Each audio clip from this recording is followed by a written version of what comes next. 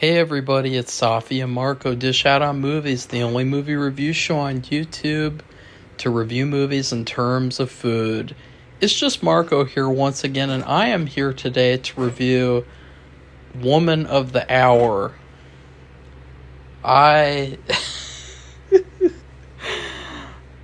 Oh God. I could not finish this movie. I have seen so many bad movies this year. They keep on getting worse and worse and worse. And honestly, I like to watch good movies in October, or at least I try to. I like to watch good shows in October, and this was horrible. This movie, it was just so bad. I wanted to like it. I thought, oh, this could be cool. I mean, it has good reception, it had good reception around it at first, and it's Anna Kendrick's directorial debut, but wow. This movie is everything that's wrong with modern movies. It's just the absolute worst. For starters, oh God, where do I even begin? First off, you have the typical cliche of we're doing a movie about the 70s, 60s, or 50s, so we have to make it look like women were all victims and they were all under this horrible patriarchy type of society. They were all treated terribly, and they're living these miserable lives, and nobody will let them do anything, and it's so sickening. Like, I'm sick and tired of these fucking movies that, like, they purposefully make them take place in the 70s so that these modern people can be like, hey, society is so much better now than it was in the 70s, right? It's so much better than what it was like when Rodney Alcala was around, because you think that he was bad? Well, all the men in society were bad too, and men are all bad and men are all evil. That's what this whole movie's aim was.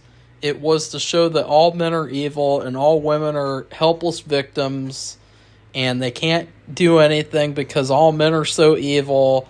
And it just, God, why was this movie made? Like, I'm convinced that this movie was made because Anna Kendrick was lying in bed, or she was sitting around. She had like a big glass of wine, and she was scrolling on YouTube, and she saw like some random video talking about, like, oh, did you know that there was the serial killer who was on a dating show game, and the woman on the dating show game almost went out with him but didn't because he was a fucking weirdo and a creep, and she's like, oh, fuck that. and she never went with him. And she was like, oh, cool. You know what I could do? Why hasn't there been a movie made about that? Maybe I can take that and I can make an entire movie. I can make it all about that character, but then completely change who she is in real life. I can make it all about how men are evil, including Rodney Alcala, and it's like this kind of study on, like, society and how, women are all victims of all these predatory men, and, like, there's just so many it was so cartoony, it was so goofy. Like, from the very beginning of the movie, you had this instance where, and Rodney was terribly cast too. He doesn't look or act like him at all. It was terrible casting. This was obviously not a Ryan Murphy production, because say what you will about Ryan Murphy stuff, but at least he casts people who are right for the characters, right? Or at least for real life stuff, not for American Horror Story. Casting Kim Kardashian and shit like that. Obviously that's terrible. And that show was worse than this movie, but still. It starts off and it's like Rodney and one of his victims, and she spends like 10 minutes crying about how her boyfriend or her husband left her after they just had a baby, and it's like, right off the bat, like, it establishes that, like, all men are evil, and that, like, it's this negative kind of Hollywood bubble view of like 50% of the population. And it's like, it's really strange too, because it's like, this is a very disturbing case. It's a very disturbing character, this Rodney guy. And you'd think that, you know, a woman like Anna Kendrick, she could easily just make a movie about him being evil and about how, you know what, it was kind of weird how long it took for him to get caught, and there was probably cover-ups and stuff going on with that. Obviously, they talk about how Roman pedophile Lansky was his film teacher, which is another part of it that makes you go, uh-oh, maybe there's something more going on here than meets the eye. But no, we got to turn it into a modern 2024 thing where it's about how all men are bad and women are victims. And it just, I hate it. I hated this movie. It felt like I was losing brain cells every single minute that this movie was playing. And the way that Anna Kendrick acted, she was just playing herself. You know, she was just playing herself, and kind of like how she would react to all these situations in the movie. A lot of it was fake, too. A lot of it didn't really happen that way, which, you know, the trick is that you got to make people... It's got to have elements of truth to it. It's got to have a believability to it to where you feel like it actually did happen. And that's not what it was like in this movie. It felt like in this movie, like clearly, like I could tell all of this stuff was made up. It was all around this narrative that Anna Kendrick wanted to tell. And so I could tell that, like, this wasn't the true story. And that's the number one thing that you don't want to happen when you're watching a true story movie. This movie was essentially like middle-aged women fan fiction of like the Rodney Alcala story. And it was terrible. It was like, what is this movie trying to be? Is it trying to be a movie about the woman on the dating show who met Rodney and didn't even go out with him, but I guess went out with him in the movie for some reason? Or is it about Rodney? Is it his story? Or is it like... Because they had this weird story structure of where they kept on jumping back and forth between them. And it's like, there's literally no world where that ends up as a good movie. Because whenever you have two stories going on, there's got to be a reason why they're both going on at the same time. And no, just because they met on a dating show one time doesn't mean that it's like, you know, because all those other people who were on the dating show met him too. Like, what about dating show contestant number 2 who sat by him? You know, he sat by him the whole fucking time. You know, it's like there's no mention of that or anything. And it's just like, this movie was just so bad. I couldn't finish it. I was going to. I flipped a coin, and it told me to finish the movie, but I just can't stand this shit. I can't stand these types of movies. It's like watching because the whole movie, it has this kind of feeling that comes off as like the people who made this movie think that they're above us, the audience. Like, they think that, like, they're all knowing and that they have decided that society is this way and that all men are evil. And so, but basically all men in the audience are evil too. And so I despise this movie. It was terribly made. It was terribly written. And I guess I would not recommend, like, watching this movie at all. Even though it's for free on Netflix, you're going to waste an hour and 30 minutes that you'll never get back. And, you know, hopefully there is a good movie about the Rodney Alcala story someday that isn't just like a hit piece on men. Which is a weird thing to say, because it's like, yeah, obviously that guy, he was really, really evil. I mean, he was like the devil in human form. And all of his crimes that he committed, there's probably a million that we don't even know about. I mean, he is really, really bad. And to think, like, someone would take that story and just make the whole movie about them and how they're like a victim of society. You know, this millionaire actress woman is like a victim of society, and all the men in society are evil. And this is how it was in the 70s, even though she never lived in the 70s, as far as I'm aware of. Do you guys know if Anna Kendrick lived in the 70s? I'm not really sure. I don't really think that she did.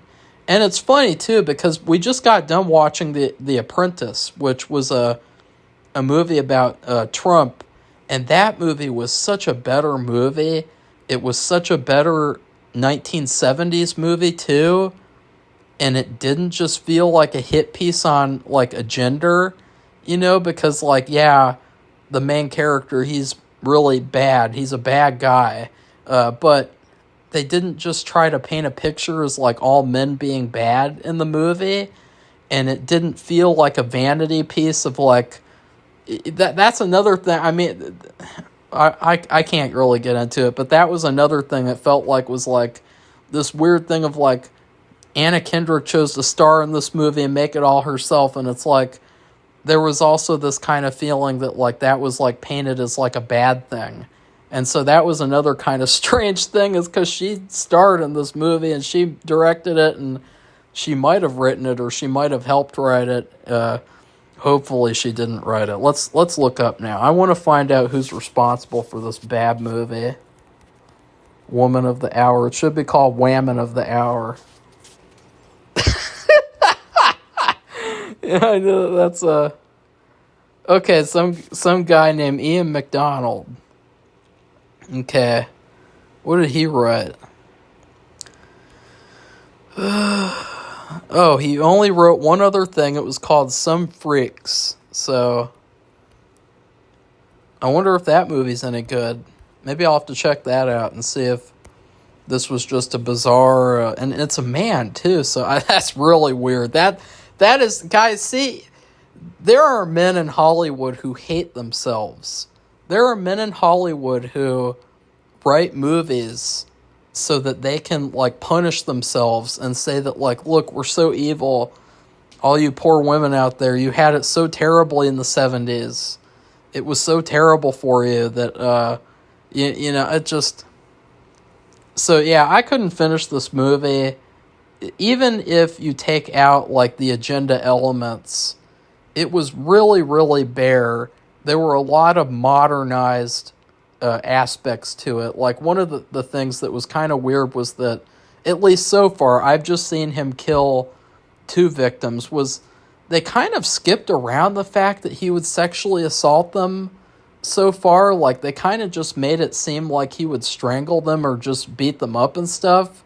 Like, the only part that I actually liked, because I did read quite a bit about him before, a couple years ago, I think like 2019, 2020, was that, like, he would, like, make his victims pass out, and then he would make them wake up and torture them more, and then he would make them pass out, and he would keep on doing that over and over again until he finally would, like, strangle them to death. And to give this movie a little tiny bit of credit, that was the only thing that I liked. Like, in the opening scene, he strangles this woman, and then he actually, like, resuscitates her and brings her back to life or whatever. Or, you know, he wakes her up. He's not Frankenstein. But he brings her back, you know, he wakes her up, and it's like this horrifying moment of, like, oh shit. Like, he just brought her back so that he could fuck her shit up again. That is, like, pure evil, and that is, like, a very unique quality that you don't really see in, like, a serial killer, or, like, a serial killer movie even, of, like, a killer who is, like, you know, tortures you, has you pass out, wakes you back up, and tortures you some more. Usually it's just, like, kill or sexual assault and kill. So I thought that part was kind of cool. I thought that was definitely the only thing that I liked so far, but I was really not liking this movie.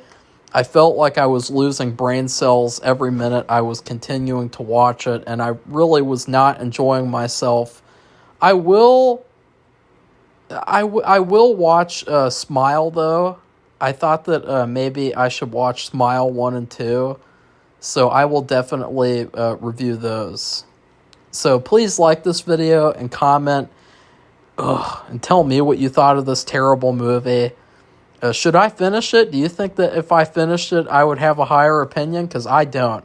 I've heard that of other things that they make up in the second half of the movie that just pisses me off even more. Because, like, I will say, like, it is really hard to write a movie about a true story sometimes because real life isn't Hollywood. And real life isn't like a perfectly contrived story that you can tell sometimes in a movie. So sometimes you do need to kind of craft a story, because I'm writing something based on a true story currently, or at least I'm starting to. I've tried writing it a couple of times. It's been so difficult because, you know, the true story is like so complicated. It takes place over such a long period of time, and it's hard to like shrink that down. It's hard to make that into something that's like a story for a movie, like a theatrical experience. So I can see how you would have had problems with making this movie and doing that. But at the same time, the agenda elements were really what took me off. They really threw me off. Like, it was just so laughable and cartoonish, and it was so mean-spirited in a way where it didn't feel realistic. It just felt like all the male characters in this movie are bad, and like that's like what this movie is really about, is like a messaging thing of like, we're all still victims just like we were in the 70s, but in the 70s it was worse. Like, that is literally the message of every movie that comes out nowadays. I want you guys to print that out on a t-shirt. Us women are all victims now of everything. We always have been, but it was a little bit worse in the 70s. Like, that is definitely like the message. So, goodbye everybody. See you soon.